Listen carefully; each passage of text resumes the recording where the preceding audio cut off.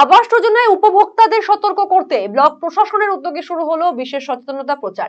এই মর্মে শনিবার উত্তর দিনাজপুর চাকুলিয়ার বিভিন্ন এলাকায় মাইকিং করে উপভোক্তাদের সচেতন করা হয়।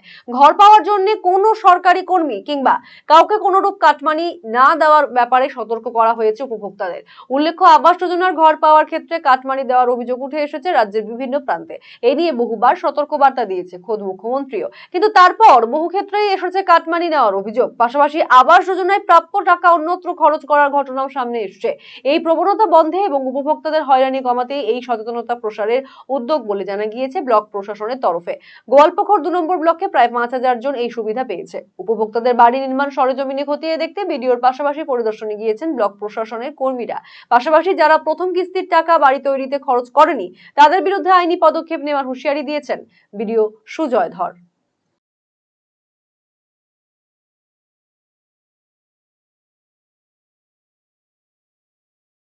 প্রথমত হলো আমরা সার্ভেতে যেগুলো স্যাংশন বেনিফিশিয়ারি 5000 জন টোটাল আমরা টাকা ছেড়েছি।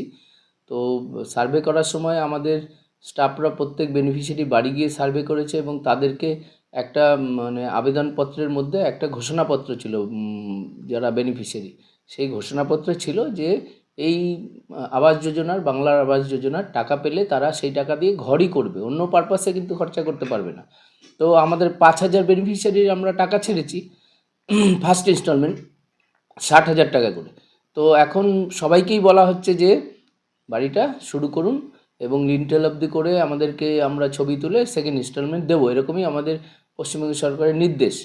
তো আমরা ফিল্ড লেভেলে গ্রাম পঞ্চায়েতের স্টাফ, আমাদের ব্লক লেভেলের স্টাফ তারা সুপার চেকিংয়ে যাচ্ছে, গিয়ে দেখা যাচ্ছে কিছু বাড়ি এখনও শুরু হয়নি। তো তাদেরকে আমরা বাড়ি বাড়ি গিয়ে আমার স্টাফরা বলছে, বিভিন্ন মাধ্যমে আমরা তাদেরকে বলছি, ফোন কল করে কন্ট্রোল রুম থেকে বলা হচ্ছে যে আপনারা ইমিডিয়েটলি বাড়ি শুরু করুন, নাহলে আবেদনপত্রেই কিন্তু উনি এই শর্তেই টাকা নিয়েছেন যে এই বাংলার বাড়ির টাকা দিয়ে তিনি বাংলার বাড়িই করবেন। তো সেইটাই আমরা মানে তাদেরকে এটা জানাচ্ছি যে আপনারা আপনাদের আবেদনপত্রের শর্ত অনুযায়ী কিন্তু বাড়িটা করতে বাধ্য। যদি বাড়ি না করেন তাহলে বিষয়টা পরবর্তীকালে আইনত ব্যাপার যেটা আছে সেটা আসবে। কিন্তু তাতে আমরা সাড়া পেয়েছি। এই মুহূর্তে আমার 5000-এর মধ্যে আমার কাছে আজকের রিপোর্ট অনুযায়ী 4800-র উপরে বাড়ি শুরু হয়ে গেছে। আমি নিজেও ফিল্ড ভিজিট করছি, আমার স্টাফরাও করছে। আমি আজকেই ফিল্ড ভিজিট করে আসলাম, দেখলাম হ্যাঁ সুন্দর বাড়ি তৈরি করছে যে যার ক্ষমতা অনুযায়ী নিজস্ব টাকা ভরে। তো আশা করি যেই 150-200 লোক এখনও বাড়ি স্টার্ট করেনি তারাও ইমিডিয়েটলি শুরু করে দেবে। এবং এটা সবার কাছে আমার অনুরোধ যে সরকারের যেটা নির্দেশ, সরকারি টাকা দেওয়া হয়েছে বাড়িটা তৈরি করার জন্য। আপনি আপনার বাড়ি নেই বলে আপনি আবেদন করেছিলেন, আমরা তাতে অনুমোদন দেওয়া হয়েছে বিষয়টা। তো আপনারা বাড়িটা করুন, কিন্তু বাড়ি করা ছাড়া না হলে কিন্তু এই টাকা আমরা ফেরত নিতে মানে পরবর্তী প্রসেস আমাদের এইরকমই নির্দেশ আছে, আমরা করব। সবার আগে অনুরোধ আপনারা বাড়িটা শুরু করুন। কোনো রকম বাড়ি তৈরি করতে কোনো রকম যদি অসুবিধা হয়, কেউ যদি মাঝখানে ইন্টারমিডিয়েট করে, মেডিসিয়েট করে যে টাকা দিতে হবে, এগুলো কোনো কিছুই কিন্তু করবেন না।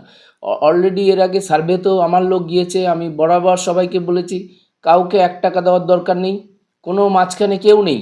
সরাসরি সরকার, আমার মাধ্যমে সরকার আপনাকে টাকা দিচ্ছে। আপনি ফার্স্ট কিস্তি পেয়ে গেছেন, আপনি বাড়ি করুন।